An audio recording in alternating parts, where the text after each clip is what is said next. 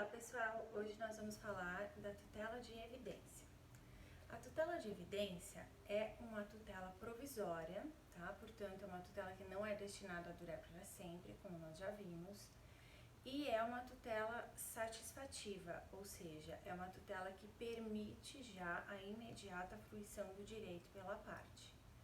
Só que, diferentemente do que nós vimos anteriormente, ela não é uma tutela de urgência, portanto, ela dispensa o perigo da demora para a sua concessão. E hoje nós vamos falar sobre ela, essa tutela que está tratada lá no artigo 311 do CPC. Antes de mais nada, parece, parte da doutrina festejou a inclusão dessa tutela como se ela fosse uma novidade no CPC de 2015. Mas, na verdade, não se trata de uma novidade, porque, como nós já vamos ver, ela já estava presente no Código de 73, tá? Foi incluída em 94 junto com a tutela antecipada. Então, ela não era tratada como se fosse uma tutela de evidência. Apenas havia no artigo 273, inciso 2, a possibilidade de se antecipar os efeitos da tutela quando houvesse o abuso do direito de defesa ou manifesto propósito protelatório. E essa hipótese aqui foi mantida pelo CPC de 2015 no artigo 311, só que além dessa hipótese, outras foram incluídas no artigo 311, ou seja, além da hipótese do abuso do direito de defesa e do manifesto propósito protelatório, houve a inclusão de outras hipóteses aí nesse artigo 311. E o que nós vamos trabalhar agora é tratar dessas hipóteses e entender como é que deve ser compreendida essa tutela de evidência. Bem, antes de mais nada, a gente tem que entender qual é a finalidade dessa antecipação. Veja, se na tutela de urgência nós vimos que a possibilidade de se antecipar os efeitos da tutela se dava porque havia um perigo da demora, ou seja, havia o risco daquela tutela se tornar ineficaz se fosse concedida apenas ao final, aqui na tutela de urgência nós não temos esse perigo da demora. Então, o que justificaria a concessão dessa tutela de evidência?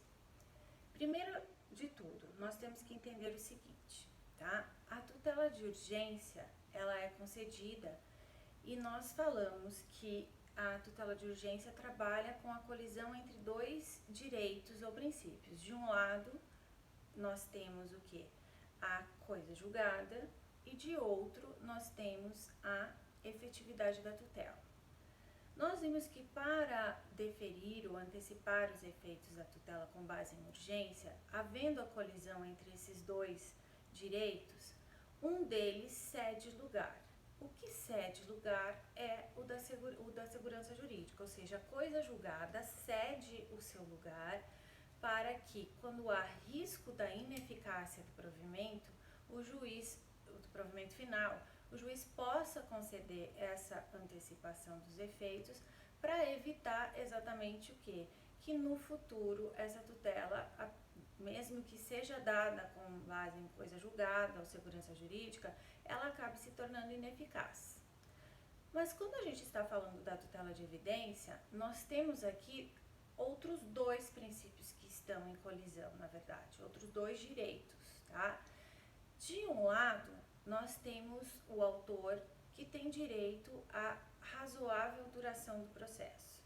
E de outro, nós temos um réu que tem direito à ampla defesa. Há casos em que estes dois direitos entram em conflito exatamente por quê? Porque o réu abusa do seu direito de defesa. E o que seria esse abuso no direito de defesa? O abuso no direito de defesa do réu seria aquela hipótese em que o réu, na verdade, não tem uma defesa consistente. Ele usa do seu direito de defesa apenas para ganhar tempo, para protelar o andamento do processo, para fazer com que ele ganhe tempo e possa prolongar o processo, mas ele não tem uma defesa consistente. Portanto, a gente diz que a tutela de evidência ela trabalha com a fragilidade da defesa. A defesa do réu réu é frágil. E a fragilidade da defesa é que evidencia o direito do autor. Por isso se diz que ela é uma tutela, na verdade, que é cristalina. O direito do autor é cristalino, não a tutela. Então, tutela de evidência é aquela que é dada quando o direito do autor se mostra claro, evidente. Mas ele só pode se mostrar claro quando se garantir minimamente, né, a defesa do réu. O núcleo fundamental da defesa do réu tem que estar garantido. Por esse motivo é que grande parte da doutrina entende que o inciso 1 do artigo 311 deveria estar em seu caput, ou seja, que o abuso do direito de defesa e manifesto propósito protelatório seriam o principal motivo para a concessão da tutela de evidência e que também fundamentariam as outras 3 hipóteses, tá? Parte da doutrina já disse que, na verdade, essa tutela, né, ela seria considerada uma tutela punitiva, ou seja, antecipar-se-iam os efeitos da tutela de evidência para punir aquele réu que não tivesse razão e que estivesse utilizando do seu direito de defesa para protelar aquela decisão, tá? Para protelar a satisfação do direito por parte do réu, do autor, desculpa.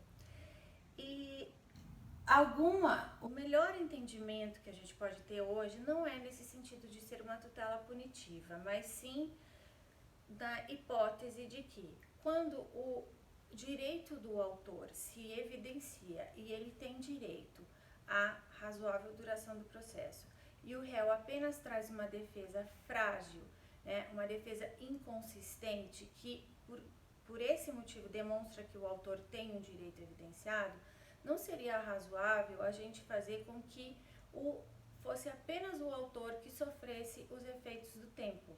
Então, a gente pode entender o seguinte, que antecipar os efeitos da tutela, porque há uma evidência, nada mais é do que permitir que haja maior equilíbrio, maior isonomia entre as partes, dividir os ônus do tempo do processo. Normalmente, quem sofre com esse ônus do tempo do processo é o autor, sozinho. Então, é ele que, se tem um direito evidenciado, acaba sofrendo os efeitos do tempo. Por quê? Porque o réu tem direito à defesa. E quando a gente fala defesa, a gente está falando de tudo. Contestação, ele tem direito à produção de provas, ele tem direito a recursos e tudo mais.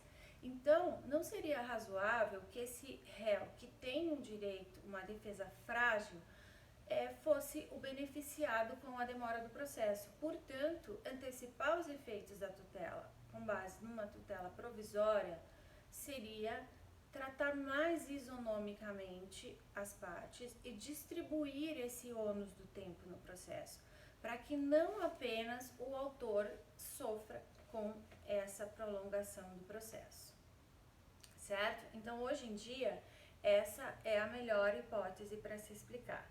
A gente entende, então, que não há plausibilidade na defesa do réu. E porque não há plausibilidade, o direito do autor se torna evidente. Mas vamos frisar.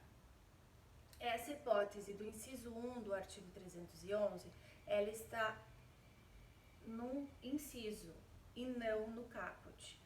É a doutrina que diz que esse inciso 1 deveria estar no caput, ou seja, a tutela só seria evidente quando se permitisse o núcleo base da defesa, ou seja, pelo menos a contestação, e no momento em que o réu vem contestar, ele traz argumentos frágeis, a defesa dele não é plausível, a defesa dele não é consistente. E é por esse motivo que a gente vai trabalhar com essa ideia, ou seja, de que todas as outras hipóteses que o Código trata e que permite a antecipação dos efeitos da tutela, que o direito do autor só se demonstra evidente, por quê? Porque o réu, tendo sido citado, não conseguiu fazer uma defesa consistente.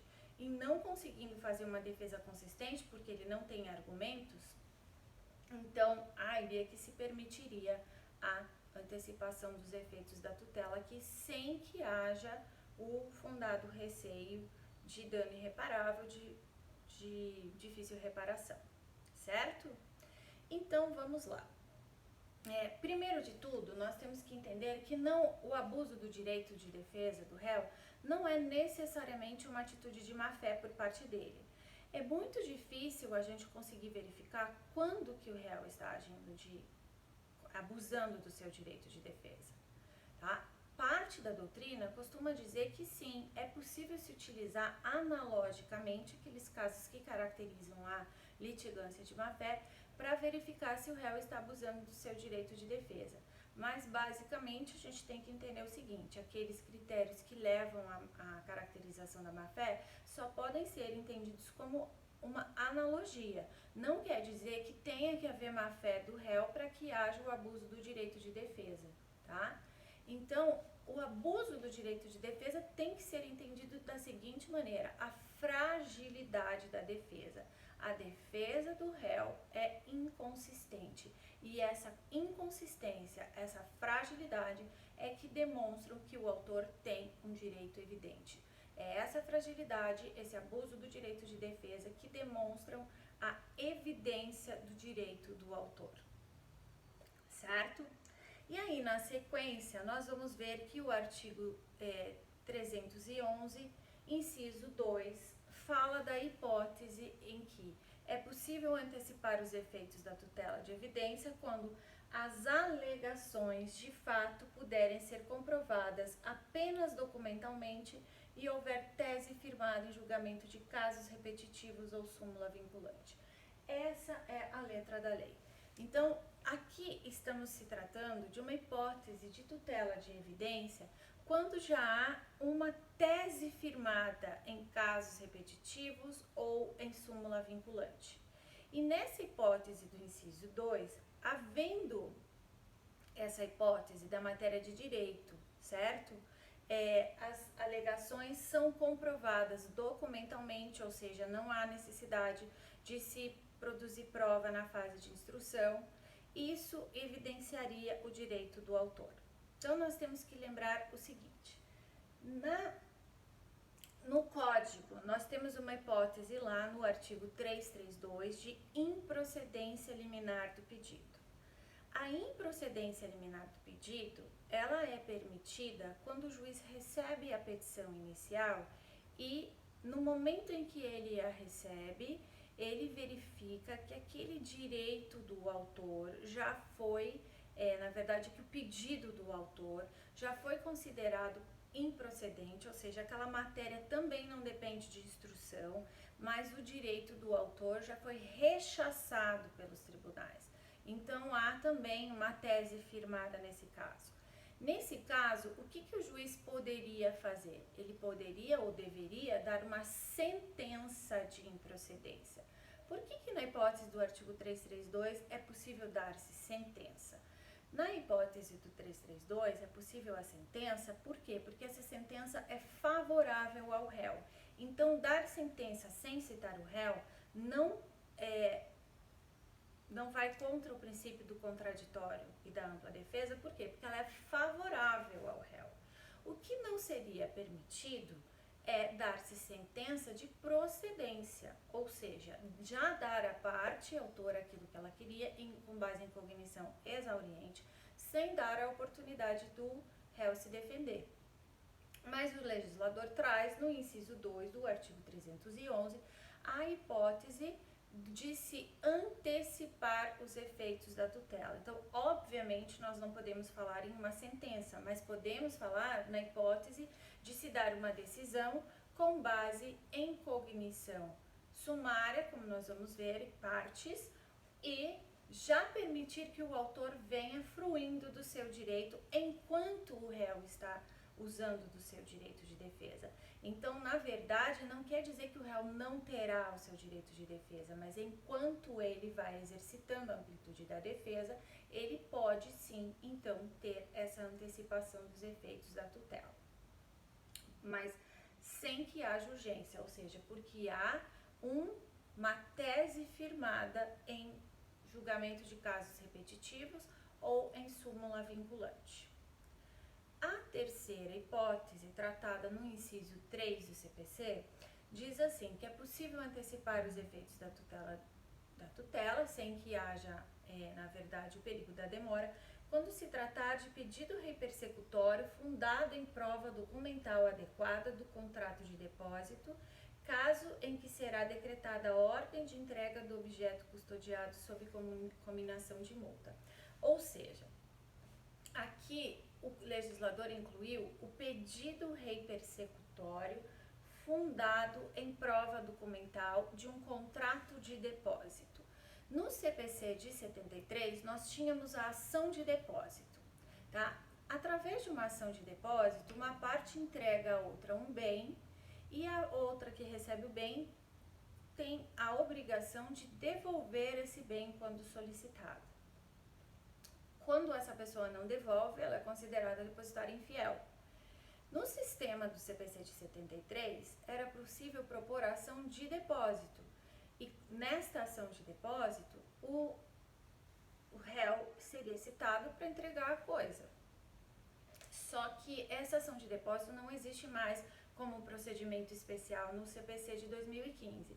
E agora, para proteger as ações, os contratos de depósito, nós temos o inciso 3 do artigo 311. Então, o que é, na verdade, um pedido repersecutório? O pedido repersecutório existe quando se demanda algo, né, que é seu, então o autor faz um pedido repersecutório porque ele está pedindo algo que é dele e que está fora do patrimônio dele, ou seja, está em poder da parte contrária. Quando se trata, aqui o legislador fala especificamente que esse pedido repersecutório é, na verdade, fundamentado em contrato de depósito. Então, se o contrato de depósito for, fundamentar o pedido do autor, ele pode, então, também ter antecipação dos efeitos da tutela sem que haja a urgência. O artigo 311, inciso 4, fala de uma outra hipótese, que é o código fala no seguinte sentido: quando a petição inicial for instruída com prova documental suficiente dos fatos constitutivos do direito do autor, a que o réu não oponha prova capaz de gerar dúvida razoável.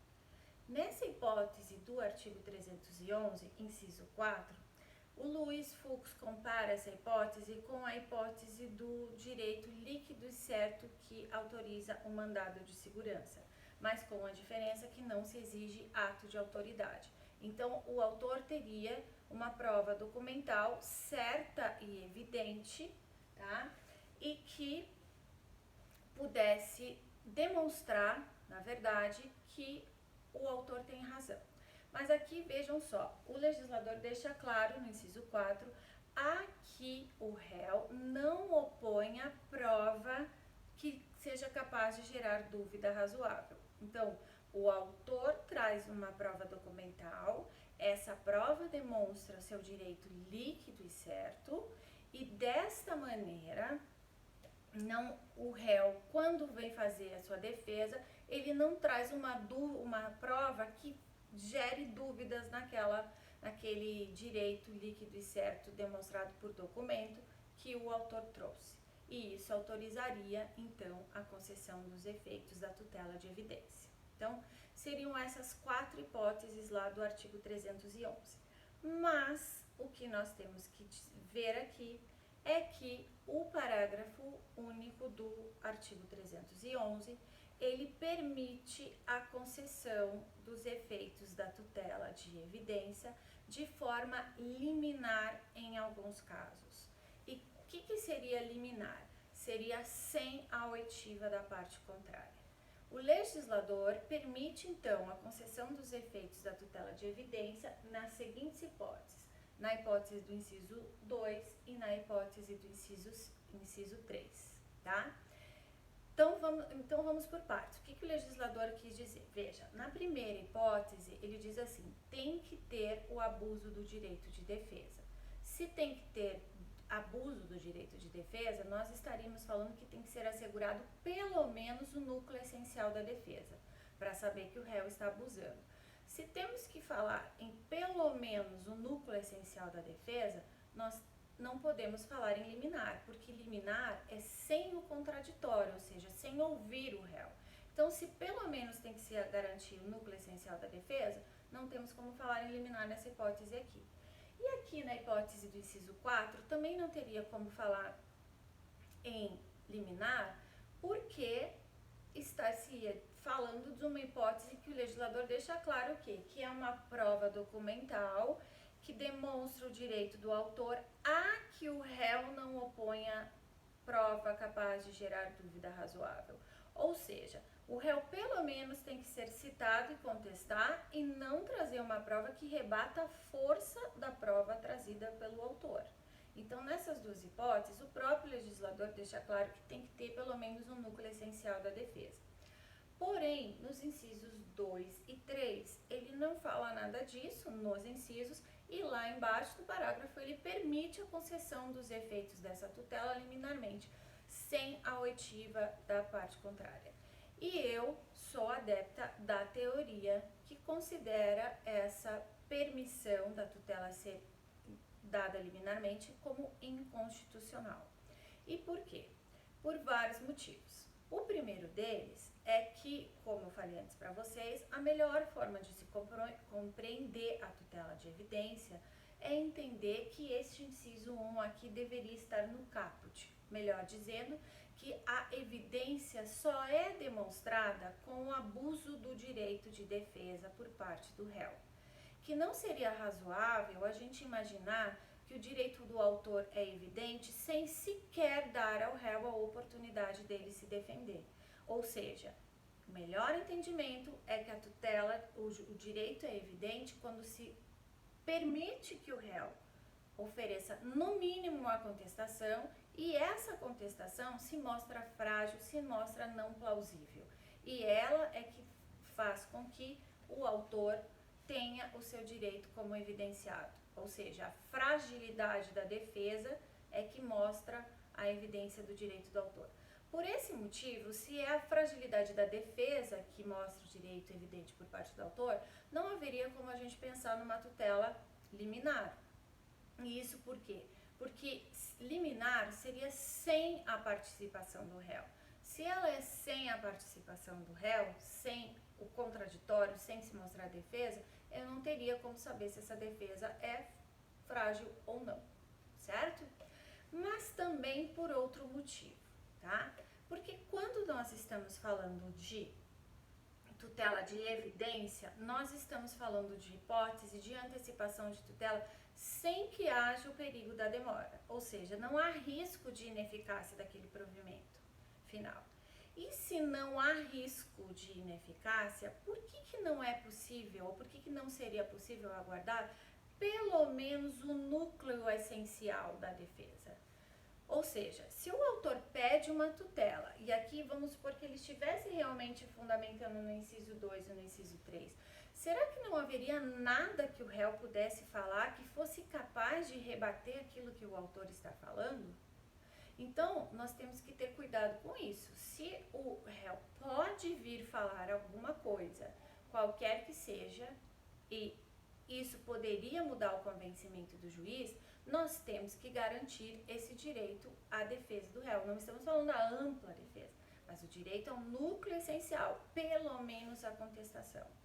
E há quem alegue que, então, não seria, dizer assim, a tutela de evidência teria que ser concedida nessas duas hipóteses aqui. Por quê? Porque o direito já estaria evidenciado e a demora poderia prejudicar o autor. Se a demora poderia prejudicar o autor, nós já temos uma tutela de urgência e não de evidência. É claro que nós podemos ter as duas coisas ao mesmo tempo, a urgência e a evidência. Mas se o juiz conceder uma tutela liminarmente, ou seja, deixando o contraditório para depois, a gente entende que deixar o contraditório para depois só é possível quando a demora na citação do réu e a demora para que o réu ofereça pelo menos a contestação possa vir a prejudicar o direito do autor. Se pode vir a prejudicar, nós já não estamos mais falando em ausência de perigo da demora. Então, nós teríamos aqui também, talvez, uma urgência. Mas quando não há urgência, quando não há perigo da demora, não há justificativa para se deferir a antecipação dos efeitos da tutela.